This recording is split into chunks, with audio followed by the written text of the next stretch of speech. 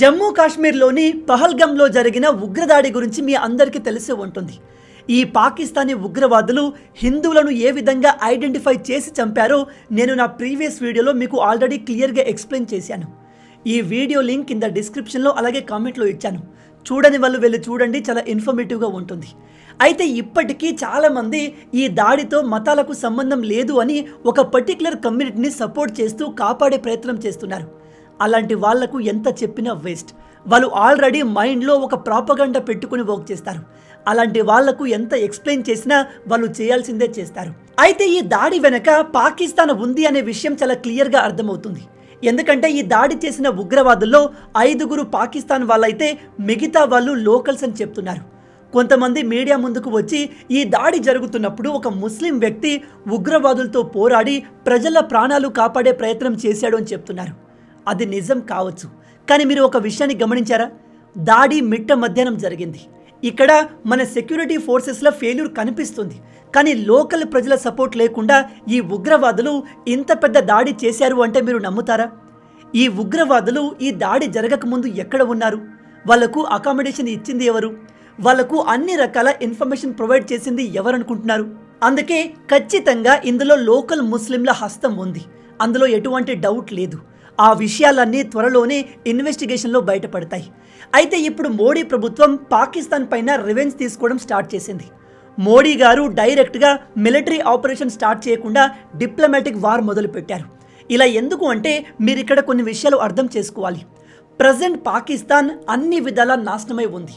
వాళ్ళ దగ్గర సరైన ఎకానమీ లేదు, దేశంలో సరైన లా అండ్ ఆర్డర్ లేదు. రీసెంట్గానే బలూచిస్తాన్ ప్రజలు ఒక ట్రైన్ని హైజాక్ చేసి 100 మంది పాకిస్తానీ మిలిటరీని చంపేసి మా బలూచిస్తాన్ని ఒక సెపరేట్ కంట్రీగా ప్రకటించమని పెద్ద యుద్ధమే చేశారు. అండ్ రీసెంట్గా ఇదిగో ఈ సింధ్ ప్రాంతంలోని ప్రజలు పాకిస్తాన్ కడుతున్న ఒక డ్యామ్ గురించి పెద్ద ప్రొటెస్ట్ చేశారు. ఎందుకంటే ఈ డ్యామ్ కన్స్ట్రక్షన్ అయితే ఈ సింధు ప్రాంత ప్రజలు నీరు లేక అల్లాడిపోతారు. అక్కడి ప్రజలు పంజాబ్లో ఉన్న ఈ పాకిస్తాన్ గవర్నమెంట్కి ఇచ్చిన వార్నింగ్ ఏమిటంటే ఏప్రిల్ 25 వరకు ఈ డ్యామ్ కన్స్ట్రక్షన్కి సంబంధించిన ఆర్డర్స్ అన్నీ వెనక్కి తీసుకోవాలి, లేదా మేము భారీ ఎత్తున ప్రొటెస్ట్ చేస్తాము అని వార్నింగ్ ఇచ్చారు. ఒకవైపు సింధ్ ప్రాంత ప్రజలు, మరోవైపు బలూచిస్తాన్, ఇంకోవైపు ఖైబర్ పఖ్తుంఖ్వా కూడా సెపరేట్ కంట్రీని కోరుకుంటుంది. ఇలాంటి సమయంలో పాకిస్తాన్కి ప్రజలను ఈ అన్ని ఇష్యూస్ నుంచి డైవర్ట్ చేయడానికి ఏదైనా పెద్ద రీజన్ కావాలి. అందుకే వీళ్ళు మన ఇండియా పైన ఇంత పెద్ద దాడిని చేశారు. పాకిస్తాన్ మనపై దాడి చేసింది అని మనం ఇమీడియట్గా మిలిటరీ యాక్షన్ని మొదలు పెడితే మనం వాళ్ళ ప్లాన్లో భాగం అవుతున్నట్టు. ఇక్కడ పాకిస్తాన్ కావాలనే మనల్ని రెచ్చగొడుతుంది, మనతో యుద్ధం చేయాలని కోరుకుంటుంది. ఎందుకంటే వీళ్ళు మనతో యుద్ధం చేస్తేనే వాళ్ళ దేశ ప్రజలు అక్కడి ప్రాబ్లమ్స్ అన్నిటినీ వదిలి తమ మిలిటరీని సపోర్ట్ చేస్తారు. పైగా పాకిస్తాన్కి యుద్ధంలో కోల్పోవడానికి ఏదీ లేదు. ఆల్రెడీ ఆ దేశం సర్వనాశనం అయిపోయింది. వాళ్ళు మనతో యుద్ధం చేసినా, ఇంకా ఎటువంటి గొడవలు చేసినా కోల్పోవడానికి ఏదీ లేదు. ఒక దేశం ఎంతటి దరిద్రాన్ని చూడాలో అంతటి దరిద్రాన్ని ప్రజెంట్ పాకిస్తాన్ చూస్తుంది. అందుకే మోడీ ప్రభుత్వం వీళ్ళ ప్లాన్ని క్లియర్గా గమనించి ఇప్పుడు వెంటనే మిలిటరీ యాక్షన్ స్టార్ట్ చేయకుండా డిప్లొమాటిక్ వార్ మొదలుపెట్టింది. ఫస్ట్ ఆఫ్ ఆల్ మోడీ ప్రభుత్వం సార్క్ వీసాస్ అన్నిటినీ క్యాన్సిల్ చేసింది.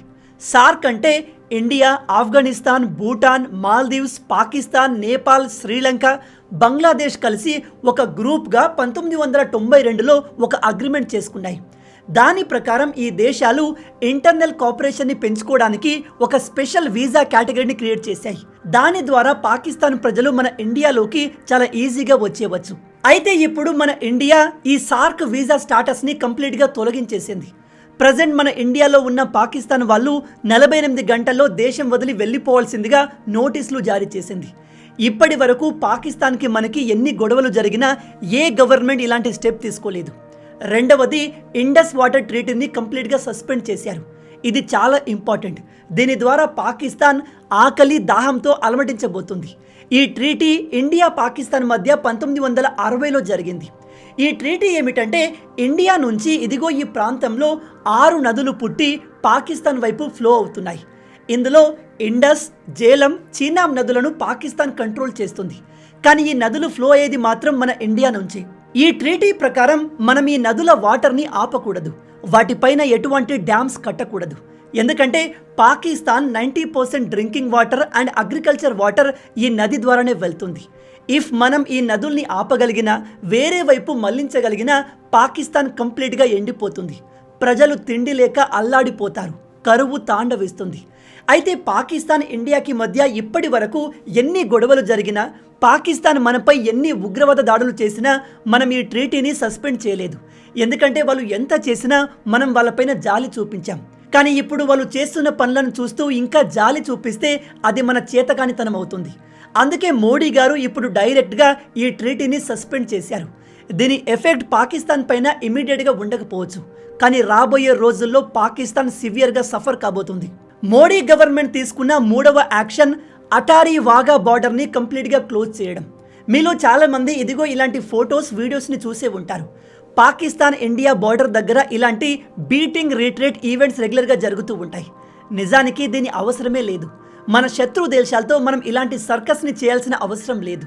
అయితే ఈ బార్డర్ ద్వారా భారత్కి పాకిస్తాన్కి మధ్య కొద్దిపాటి ట్రేడ్ జరిగేది. ఇప్పుడు దాన్ని కూడా కంప్లీట్గా క్లోజ్ చేసేశారు. దీంతో పాటు మోడీ గవర్నమెంట్ మన ఇండియాలో ఉన్న పాకిస్తాన్ ఎంబసీ అఫీషియల్స్ని ఖాళీ చేసి పాకిస్తాన్కి తిరిగి వెళ్ళిపోవాల్సిందిగా నోటీసులు పంపింది. ఎందుకంటే ఈ చిల్లరగాళ్ళు మన ఇండియాలో ఉంటూ పాకిస్తానీ ఉగ్రవాదులకు మన దేశానికి సంబంధించిన ఇన్ఫర్మేషన్ షేర్ చేస్తున్నారు. అలాగే పాకిస్తాన్లో ఉన్న మన ఎంబసీ అఫీషియల్స్ అందరినీ ఇండియా తిరిగి రప్పించుకుంది. దీని ద్వారా భవిష్యత్తులో పాకిస్తాన్కి ఇండియాకి మధ్య ఎటువంటి చర్చలు కానీ, పీస్ టాక్స్ కానీ జరిగే అవకాశమే లేదు. నిజానికి పాకిస్తాన్ లాంటి ఒక చెత్త కంట్రీతో ఎటువంటి రిలేషన్ మెయింటైన్ చేయకూడదు. పాకిస్తాన్ ఒక పాము లాంటిది. దానికి మీరు ఎంత హెల్ప్ చేసినా చివరికి కాటే వేస్తుంది. కాబట్టి ఇలాంటి యాక్షన్ని మోడీ ప్రభుత్వం ఎప్పుడో తీసుకోవాల్సింది. అట్లీస్ట్ ఇప్పుడైనా రియలైజ్ అయ్యి పాకిస్తాన్ని కంప్లీట్గా ఐసోలేట్ చేస్తున్నాము. నా ప్రకారం ఇక్కడ మన ప్రభుత్వం చేయాల్సిన ఇంకో పని సేమ్ ఇలాంటి యాక్షన్సే బంగ్లాదేశ్ పైన కూడా తీసుకోవాలి. ఎందుకంటే బంగ్లాదేశ్ కూడా ఆల్మోస్ట్ పాకిస్తాన్ లాంటిదే. ఎందుకంటే ఆల్రెడీ బంగ్లాదేశ్ మన వెస్ట్ బెంగాల్లో మత గొడవల్ని క్రియేట్ చేస్తుంది. హిందువులపైన టార్గెటెడ్ దాడులు చేస్తున్నారు. కాబట్టి ఇక నుంచైనా మోడీ ప్రభుత్వం ఈ 2 దేశాలతో స్ట్రిక్ట్గా ఉంటే మంచిది. వీళ్ళు మేము మారిపోయాము, మాతో ట్రేడ్ని, బిజినెస్ని మళ్ళీ చేయమని ఎంత అడిగినా దాన్ని మనం కన్సిడర్ చేయకపోవడం మంచిది.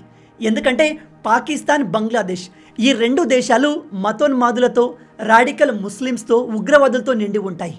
వీళ్ళు ఎన్నటికీ హిందువులతో కలిసి ఉండరు. కలిసి ఉన్నట్టు యాక్ట్ చేస్తారు. వన్స్ వాళ్ళ పాపులేషన్ పెంచుకున్నాక దేశం మొత్తం మాదే అని ఇతర మతాల వారిపైన దాడులు చేయడం మొదలు పెడతారు. ఆల్రెడీ ఇలాంటివి మన దేశంలోని కొన్ని రాష్ట్రాల్లో జరుగుతున్నాయి. ఇప్పుడు వెస్ట్ బెంగాల్లోని కొన్ని ప్రాంతాల్లో ముస్లిం పాపులేషన్ విపరీతంగా పెరిగింది. అక్కడి హిందువులు ప్రాణభయంతో తమ సొంత విలేజెస్ని వదిలి పారిపోతున్నారు. అస్సాంలో అయితే మరీ దారుణం. బంగ్లాదేశ్ నుంచి వచ్చే ఇల్లీగల్ ముస్లిం ఇమిగ్రెంట్స్ ఆ రాష్ట్రంలోని రిమోట్ ఏరియాస్లో, గ్రామాల్లో సెటిల్ అయి అక్కడి హిందూ అమ్మాయిలను ట్రాప్ చేసి వాళ్ళను పెళ్లి చేసుకుని వాళ్ళ ఆస్తుల్ని లాగేసుకుంటున్నారు. మీరు చెప్తే నమ్మరు, ప్రజెంట్ అస్సాంలోని చాలా ఏరియాస్లో ఒకప్పుడు మెజారిటీగా ఉన్న హిందువులు మైనారిటీగా మారారు. అందుకే అస్సాం ముఖ్యమంత్రి అయిన హిమంత బిశ్వ శర్మ ఈ ఇల్లీగల్ బంగ్లాదేశీల విషయంలో చాలా స్ట్రిక్ట్గా ఉంటారు. ఇప్పుడు మోడీ ప్రభుత్వం తీసుకున్న ఈ యాక్షన్స్ వల్ల ఏం జరుగుతుంది అంటే పాకిస్తాన్ని మనం కంప్లీట్గా ఐసోలేట్ చేస్తున్నాం. మనకే కాదు, చాలా దేశాలకు పాకిస్తాన్ అంటేనే ఉగ్రవాదం అని చాలా క్లియర్గా అర్థమైంది. ఈ మెసేజ్ని మనం వరల్డ్ వైడ్గా చాలా స్ట్రాంగ్గా పంపిస్తున్నాం. అండ్ నదులను మనం వెపన్స్గా వాడుతున్నాం. పాకిస్తాన్కి drinking and agriculture water source అయిన నదుల్ని మనం పాకిస్తాన్కి వెళ్లకుండా డైవర్ట్ చేస్తున్నాం. దీని ద్వారా రాబోయే రోజుల్లో పాకిస్తాన్ సివియర్గా సఫర్ అవుతుంది, మన కాళ్ళ బేరానికి వస్తుంది. పాకిస్తాన్ మన ఇండియా పైన ఇలాంటి దాడులు చేసిన ప్రతిసారి ఇండియా రెస్పాన్స్గా సర్జికల్ స్ట్రైక్ చేసేది. 2016లో చేశాము అండ్ 2019 బాలాకోట్లో కూడా చేశాము. మరి ఈసారి మిలిటరీ యాక్షన్ ఉండదా అంటే ఖచ్చితంగా ఉంటుంది, కానీ ఇమీడియట్గా ఉండదు. ఎందుకంటే పాకిస్తాన్ ఇప్పుడు యుద్ధాన్ని కోరుకుంటుంది. మనం వాళ్ళపైన మిలిటరీ యాక్షన్ తీసుకుంటే పాకిస్తాన్కే బెనిఫిట్. ఎందుకంటే ఆల్రెడీ ఆ దేశం అన్ని విధాల సంకనాకిపోయింది. వాళ్ళు తమ ప్రజల అటెన్షన్ని డైవర్ట్ చేయడానికి మనతో యుద్ధాన్ని ప్లాన్ చేస్తున్నారు. అందుకే ఇండియా అవకాశం వచ్చినప్పుడు గట్టి దెబ్బ కొడుతుంది, కానీ ఇమీడియట్గా కాదు. కానీ ఈసారి ఇండియా తీసుకునే యాక్షన్తో పాకిస్తాన్ ఖచ్చితంగా ముక్కలు కాబోతుంది. ఇన్ని రోజులు మన ఇండియా బలూచిస్తాన్ ప్రజలకి, సింధు ప్రజలకి సపోర్ట్ చేసిందో లేదో తెలియదు. కానీ ఇకపై ఇండియా బలూచిస్తాన్కి సపోర్ట్ ఇవ్వాల్సిన అవసరం ఉంది. మనం బలూచిస్తాన్ వాళ్ళకి సపోర్ట్ ఇస్తే వాళ్ళే పాకిస్తాన్ని ముక్కలు చేస్తారు. బలూచిస్తాన్ ఒక సెపరేట్ కంట్రీగా ఏర్పడుతుంది. బలూచిస్తానే కాదు, ఈ సింధు ప్రాంతం కూడా ఒక సెపరేట్ కంట్రీ కావాలనుకుంటుంది. పైన ఉన్న ఖైబర్ పఖ్తుంఖ్వా కూడా ఒక సెపరేట్ కంట్రీ కావాలనుకుంటుంది. ఆఫ్ఘనిస్తాన్తో మనకిప్పుడు చాలా అవసరం ఉంది. ఆల్రెడీ ఆఫ్ఘనిస్తాన్ పాకిస్తాన్ బార్డర్లో వాళ్ళ ఆర్మీని ముప్పు తిప్పలు పెడుతుంది. ఆఫ్ఘనిస్తాన్ ఆల్రెడీ పాకిస్తాన్తో యుద్ధం చేస్తుంది. మనం ఇప్పుడు ఆఫ్ఘనిస్తాన్కి కొద్ది సపోర్ట్ని అందించిన పాకిస్తాన్కి కోలుకోలేని దెబ్బ కొట్టొచ్చు. అందుకే నేను మీ అందరికీ చెప్పేది ఏమిటంటే వర్రీ అవ్వాల్సిన అవసరం లేదు. పాకిస్తాన్ తాను చేసిన పనికి 100 రెట్లు ఎక్కువగా అనుభవించబోతుంది. ఈసారి పాకిస్తాన్ మళ్ళీ ఇండియాతో పెట్టుకోవాలంటే భయపడే విధంగా యాక్షన్స్ ఉంటాయి. అందులో ఎటువంటి డౌట్ లేదు. ఈ విషయంలో ఇంకా ఏవైనా అప్డేట్స్ వస్తే నెక్స్ట్ వీడియోలో డిస్కస్ చేద్దాం. మొత్తంగా ఇవి ఈ వీడియోకి సంబంధించిన పూర్తి విషయాలు. ఈ వీడియో మీకు నచ్చింది అనుకుంటున్నాను. నచ్చితే అలా ఊరికే చూసి వెళ్ళిపోకుండా వీడియోని లైక్ చేయండి. ఈ వీడియోకి నేను మీకు ఇచ్చే లైక్స్ టార్గెట్ 10,000 లైక్స్. చాలా ఈజీ, సింపుల్గా చేసేయండి. అలాగే ఇలాంటి మరిన్ని ఇంట్రెస్టింగ్ వీడియోస్ కోసం మన ఛానల్ని సబ్స్క్రైబ్ చేసి మమ్మల్ని సపోర్ట్ చేయొచ్చు కదా. ఇది మీకు కంప్లీట్లీ ఫ్రీ. కానీ మీరు చేసే ప్రతి ఒక్క లైక్ అండ్ సబ్స్క్రిప్షన్ మాకు మరిన్ని వీడియోస్ చేయడానికి ఒక మోటివేషన్లా ఉంటుంది. కాబట్టి వీడియోని లైక్ చేసి ఛానల్ని సబ్స్క్రైబ్ చేయడం మర్చిపోవద్దు. రాబోయే వీడియోలో ఇంకో ఇంట్రెస్టింగ్ టాపిక్తో మళ్ళీ కలుద్దాం. అంటిల్ దెన్, జై హింద్.